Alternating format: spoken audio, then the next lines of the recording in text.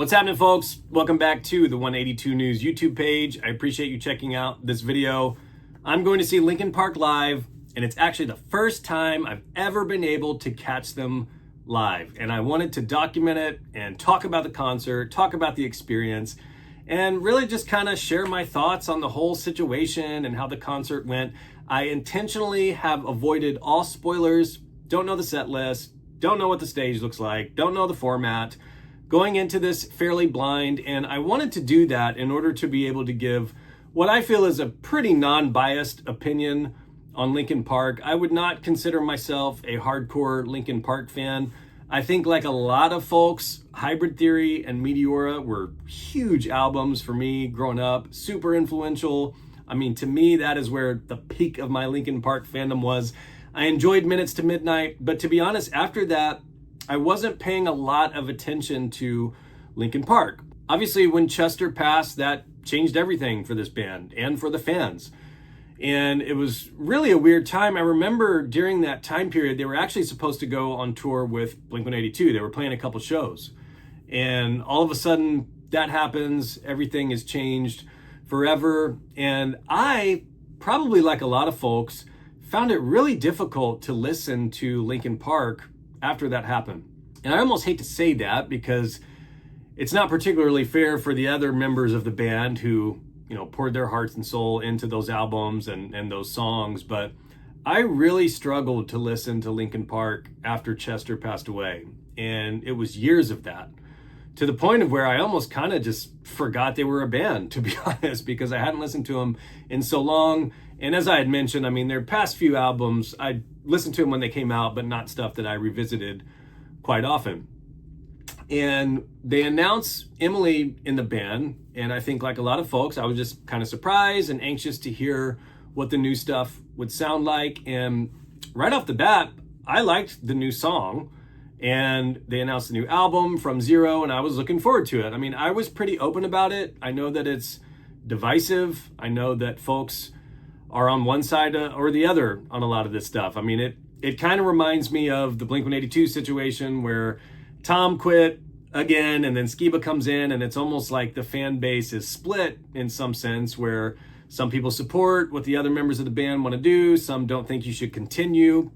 You can argue about that all day. At the end of the day, for me, I felt that if there was a way to do it, this was probably the way to do it. And one thing that I always try to keep in mind, and I remember talking about this with the Blink situation, is just because one person maybe isn't there anymore, literally, or doesn't want to be in the band, or for whatever reason members are in and out, there's still remaining band members who have poured their heart and soul and life into this band. And for Mike, I had heard him talk about in an interview where it's like, if you draw a circle of everything that makes up you as a person, like the first thing he would put in there is Linkin Park. And it really kind of made me think about the band's perspective. And they had given this time, I think it was 7 years that had passed. And then I saw another interview where originally I think he and Emily were just kind of getting together to work on some stuff. It wasn't even necessarily Linkin Park. And then it kind of gradually evolved into that. And so fresh out of the gate, being somewhat of a casual Linkin Park fan, and then honestly digging the music, like to me it sounded kind of more of like the Linkin Park sound that I had kind of left off on with that Meteora, Hybrid Theory, earlier kind of new metal sound for the most part. I enjoyed it and I was happy for them. And one of the things that I try to keep in mind is, for the existing band members, this was their life for years, and for them to get out and to be able to perform these songs or just get back in the studio, it's probably healing for them, and it's probably quite therapeutic. I don't think people talk about that enough, where I think everybody's blaming them initially, for continuing the band or wanting to play live as Linkin Park or whatever, but they're people too, and to be able to get out there and perhaps heal from playing these songs live and be able maybe themselves to play these songs live and listen to them. And not only that, but for the fans to be able to come out and have that experience and be able to see, some version of the band live. It's still special and it's still meaningful and it's still pretty cool. even with the Skiba era stuff, and this is back when we didn't think Tom was ever going to come back or ever be part of Blink again, there's still those albums that you can go listen to and have those memories. But in my opinion, it was fine to be able to have a new era of the band. I think they did it probably about the best way you could do it. Like, I don't know that you could have a Chester lookalike, some dude come in and is trying to scream like him. It may not have worked. So I think with Emily, she's an incredible talent with her voice and the gnarly screams. I mean, right away, I was just kind of blown away by her because I was not familiar with her previous work. So the way that they put this together, and then obviously, I mean, these shows, from what I've seen as far as just like the size of the venues they are playing, I mean, it's a big deal. And I think for the folks that are going out and just having a good night out with their friends and being able to sing along to some of these shows and these songs, their favorite songs, I mean, I don't quite see the harm in that, to be honest. And that's just kind of coming from my heart. So going into this, I really don't know too much of what to expect. I've never seen them live. I had tickets to one show during the Meteora era, and I was so stoked. I mean, this was like a big deal to be able to attend one of these concerts. This was near my hometown, which is super rare to get anybody cool. And I remember we went to the show just so pumped, and they canceled right before doors. I mean, it was such a late cancellation that the band was out front signing posters and just apologizing because they felt so bad. And what's cool about that is I have a Meteora tour poster somewhere, and it's signed by everyone except Chester. Unfortunately, Chester was the one who was sick that day, and that was why they had to cancel. So that was the closest I ever got to being able to see Linkin Park live. They were just never close enough to me whenever I had the ability to travel there or buy tickets or whatever. So, I mean, here we are all of these years later. I'm stoked about it leading into the show. And I more or less just wanted to kind of document this concert experience because it feels special. Like, it feels pretty cool to me to be able to see any form of Linkin Park. And I'll be honest with my feedback once I go to the show and report back from there. So the next entry into this vlog will be probably travel day of the concert. So the show has happened, and I do have some thoughts on it. We're going to get into it. So the show day arrives. This is in St. Louis at the Enterprise Center, which is where the St. Louis Blues typically play. So as I was walking in, I was just stoked because there was a buzz in the air and there was a ton of people, and everybody's excited to just get out on a Saturday night and go see Linkin Park. And so when we walk in, we kind of just walked around a little bit, peeped the merch booth. There were crazy lines. I didn't even have a chance to jump in any of the merch booth lines because the lines were just wrapped around and around. I did notice they had some sort of setup where you could buy your merch ahead of time and just pick it up ready for you at a designated table. So if you're going to a show, I would probably recommend doing that because these lines were crazy right from the get-go. And I even walked up during the opener and they were still pretty crazy. So as we walk in, I get my first kind of peek at what the stage setup is going to look like. And it's right in the middle of the pit. There were already folks lined up who had probably gotten in fairly early. I think the doors opened at 6. And immediately the stage setup looked pretty unique to me. I mean, it was like dead center. Everybody was wrapped around it. And I wasn't quite sure if they were going to start on one end, move to the other, if the stage would literally rotate every 3 or 4 songs. Wasn't totally sure. I was looking around at the crowd that was there, and you could kind of tell like who the hardcore Linkin Park fans were. I think some of them had a special drawstring bag or fan club poster, and so I was kind of trying to peek at them and say, okay, they probably know where the good spots are. Maybe we should try and follow suit. But most of the good spots, from what I gather, were going to be along like the long sides of the stage. It's kind of hard to explain, but there's 2 long sides, and then the ends more or less are like 15 to 20 rows deep, whereas the sides, because how they had it taped off, was really only maybe 4 rows deep as far as standing in the pit GA tickets go. And those spots were pretty much taken by 6:45 when we were walking in, and folks did not move from those spots. So yeah, I kind of was thinking that these folks probably knew where they needed to be to have the best spots. You could kind of tell, I mean, the drums were facing one side at the start, so you could kind of tell that somebody's going to be facing that way at some point throughout the set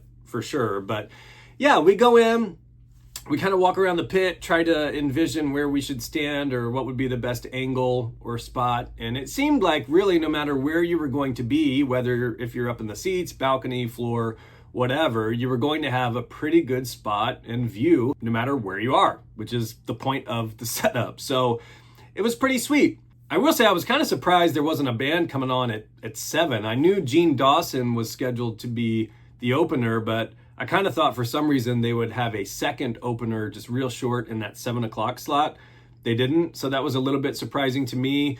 And then at, I believe around 7:40, Gene Dawson came on, whose music I was not super familiar with, but did enjoy it. It was a fairly short set. I believe it was 7:40 to 8:15 at the latest, so 30-minute slot there.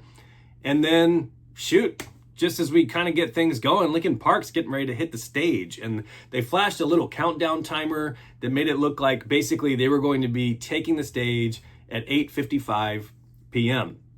And because the sides of the stage were pretty full, we kind of hung around in the back where it looked like the band would be taking the stage. And we just thought that maybe that would be pretty cool to see them come out right in front of us, despite maybe not being able to be as close during the actual set. And so sure enough, 8:55 hits, and I'll drop some of these clips in here.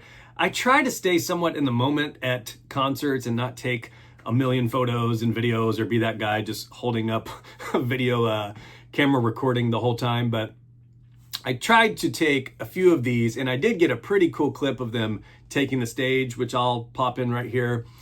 And right away, you know, it was hitting me. I'm like, man, I see Mike rolling right in front of me. I see Phoenix. I see Joe stretching in front of me, like doing push-ups. I'm like, this is pretty cool. Like, again, this is my first time being able to catch them live ever. So it's going to be special in my mind. And here I am, you know, I've followed this band for 25 years, you know, despite ins and outs of certain eras or albums that maybe didn't totally do it for me or weren't my favorite. But like I said, they were a really big band for me in my earlier years. So yeah, it was pretty surreal just seeing this band and you know, they're walking out right in front of me, getting ready to take the stage. And I'm thinking, oh my gosh, here I am. I'm getting ready to see Linkin Park. And so they come out, everybody's on their feet, and they come out, they make their way to the stage, and they start with Somewhere I Belong, which is one of my favorite Linkin Park songs. And it was just like, wow, here we go. This is going to be pretty rad. And as they took the stage, you could kind of see where they're basically split on two sides of the stage, and they do move around quite a bit. So despite where you may be in the pit at any given time, you'll have a view,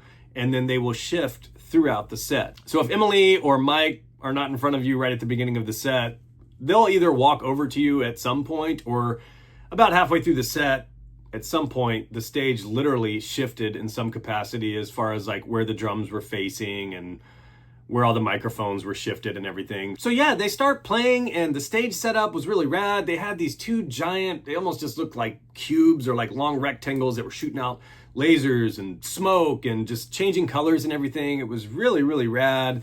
And then they're out there and they're playing these songs. And you know, right off the bat, they're playing Somewhere I Belong, The Emptiness Machine, especially some of the newer songs that she was singing on just sounded incredible. And I was stoked to hear the new songs because, again, I like the new album.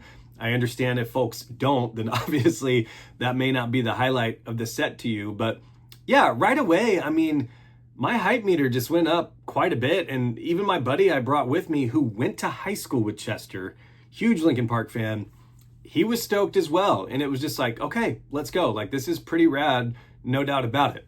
One of the things that I wasn't really sure is I didn't know at all really how much they relied on backing tracks, if any, you know, how they would even sound live. Sometimes you go see a band, they just sound terrible live. So obviously I had not seen them before. I've watched videos on YouTube like most, but one of my initial takeaways was they look like they're having so much fun and they sound so good. They really, really do. Now, throw out members here and there because my understanding is the drummer's not touring, the guitarist is not touring, and then obviously Chester is not there. I just thought they sounded really, really good. And even as they started to kind of break apart the set, they would do probably 4 or 5 songs, and then they would kind of almost stop, or not like an encore type of break, but it's almost like the mood or things would shift. My understanding is they're calling these different acts now, but you can kind of tell when you're there that quick break, and then we're starting a new block of songs. And they did that probably 3 or 4 times. But as we started getting through these songs, I just looked at my buddy and we looked at each other and we're like, they have so many good songs. Like, no matter who is up there, if you're rocking out live to these and hearing some of these songs, especially for me, like some of these, it's not like I listen to these every day, but obviously know them and they pull at nostalgia and are just bangers. It was just one after the other of just absolute bangers, and they sounded great live. They really, really did. I thought everything was mixed perfectly. I mean, I could hear the drums crushing it. The drummer, I believe his name's Colin, he absolutely crushes. You could hear all of the guitars perfectly. And then I wasn't quite sure, how her voice, when you sing gnarly like that and scream like that, how that would translate to in a live setting. And she killed it. I mean, honestly, one of my takeaways very early in the set is like, I had pretty mixed expectations and she surpassed them. I mean, right away, her voice was beautiful. And yeah, of course it's not Chester. Like, she knows that. My understanding is she was a big fan of Linkin Park growing up. So I think of anybody who would say that, it would probably be her. It's somebody who's literally irreplaceable when you have a talent and a voice like that, like Chester's. So yeah, right off the bat, is it Chester? No. But right away, as I was listening to this stuff and just enjoying these songs live for the first time, I was thinking, yeah, it may not be Chester, but this is as good as it could literally get without it. I really, really feel that way.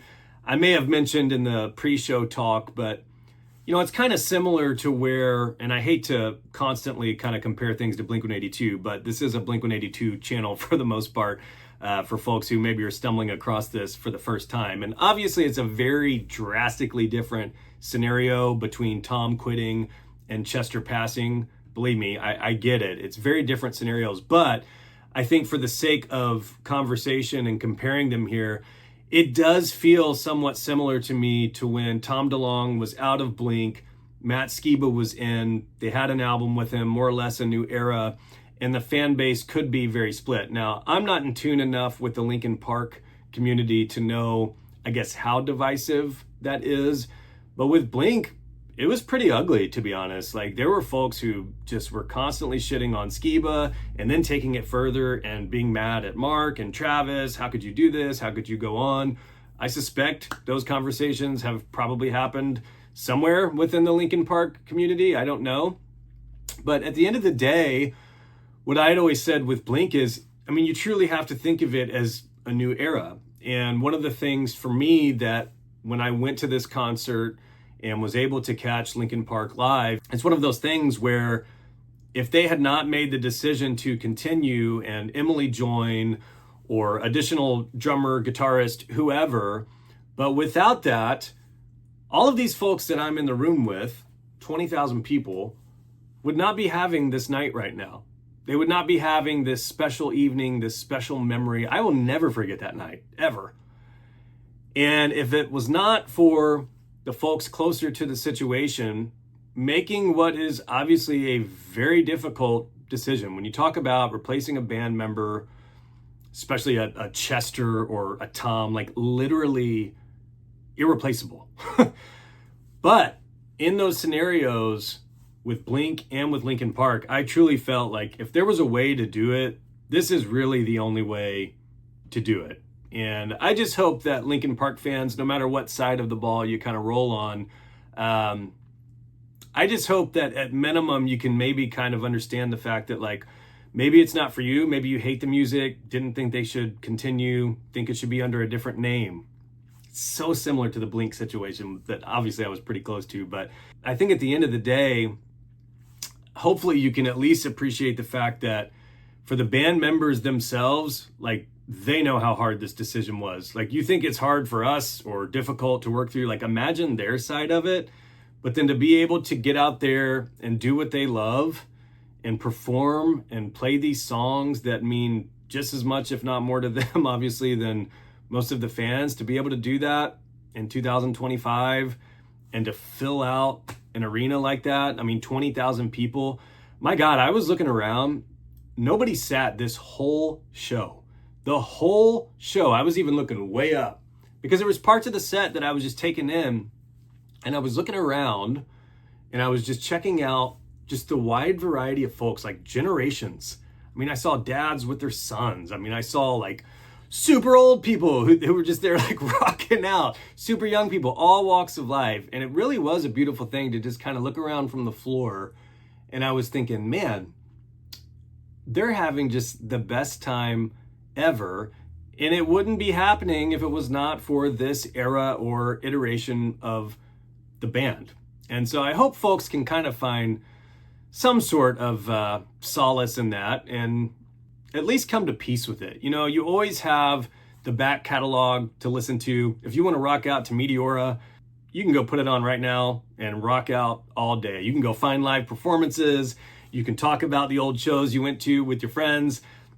I'm sure it's amazing. But for fans who just want to get out and either support Mike and Joe and some of the original members, or just hear these songs in any shape or form live, it was special. Like, it was really, really dope. It really exceeded my expectations. I was not sure really how any of their stuff would translate to live, much less with Emily and her voice. And she really, really killed it. I mean, she really did. There was some of the songs, one of the highlights in particular that shocked me was Bleed It Out.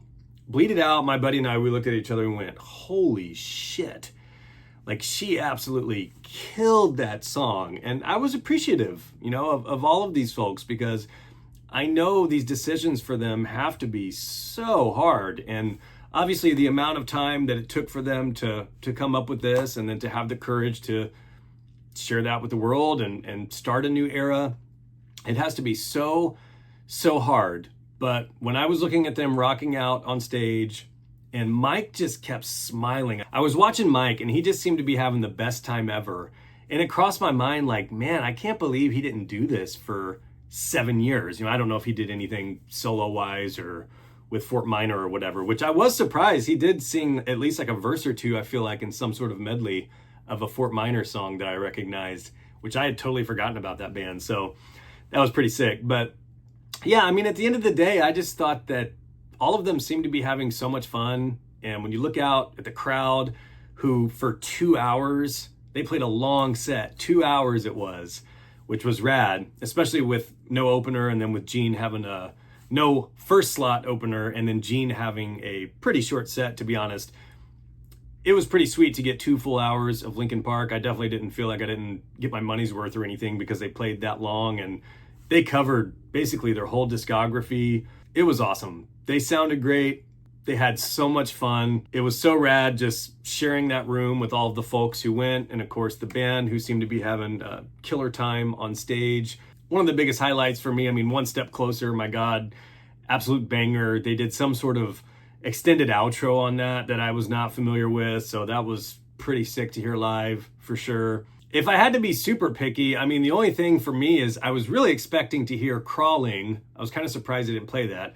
I don't know if they typically play that anymore. Don't Stay is my favorite Linkin Park song, so I was hoping that maybe that would be in the set list, but I'm not familiar enough with what they typically play to know if that just got rotated out or if they even change up the set list too much, to be honest. And then of the new songs, I really wanted to hear I Gave You Everything I Had.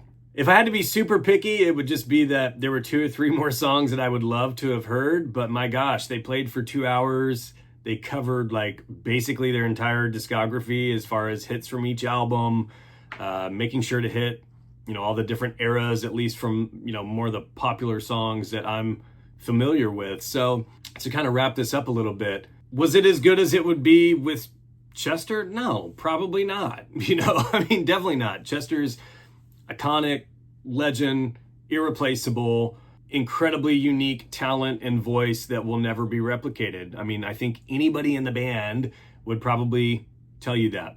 But was it as damn close as you can get without that? Yes. It was an awesome show. They sounded great live. If these songs have ever meant anything to you, or you've enjoyed them, or just want a good night out, I think you'll have a great time. I really, really enjoyed it. I can't say enough positive things about it. I mean, yeah, I think if you saw Linkin Park in their prime, if I would have been able to go to the 2003 Meteora show that got canceled, would it have been better? Yeah, of course. I'm sure it would have been awesome. I was probably super young and would have gone crazy in the pit and everything would have been nuts and it would be an incredible memory. But for 2025, to be able to hear these songs live and just enjoy the show with a crowd full of folks, it was pretty awesome, you know, and I appreciate it. And again, I know these things can be divisive and I don't want to make this video to just like start a cesspool of comments in the comment section. I get it. I really do, because I know from Blink's perspective, there are folks who were like, no Tom, no Blink. There's probably people who are like, no Chester, no Linkin Park. I get it. But what I would say is, if you've enjoyed the music, if you want to continue supporting the band in any shape or form, go for it. Go have fun. Appreciate the fact that, you know, they're still out there doing this. It's still a rad time. It's probably better than like whatever stupid movie you're trying to find on Netflix on a Saturday night. You'll have more fun than that. And yeah, I just want to thank Linkin Park, because I know these things can be difficult from the band's perspective. And that's a memory that I'll never forget. A good Saturday night out with my friend catching Linkin Park in 2025. And it was great. And I know that from Emily's perspective, you know, I want to thank her. I know that she probably didn't make this decision lightly either. She knew exactly what she was signing up for. And I suspect it was difficult for her as well, and takes a lot of courage and probably takes pretty thick skin to deal with the amount of comments or, you know, back and forth that I'm sure they see on their feed on a daily basis, unfortunately. But yeah, that was the concert recap for me. Really enjoyed it. If you went to a show or have questions, comments, I would love to hear your perspective below. Just at the end of the day, let's try and keep it respectful. And yeah, if you enjoy talking about music, pop punk, typically a lot of Blink-182, subscribe to the channel, check out the podcast wherever you listen to podcasts, and we'll talk soon. Thanks.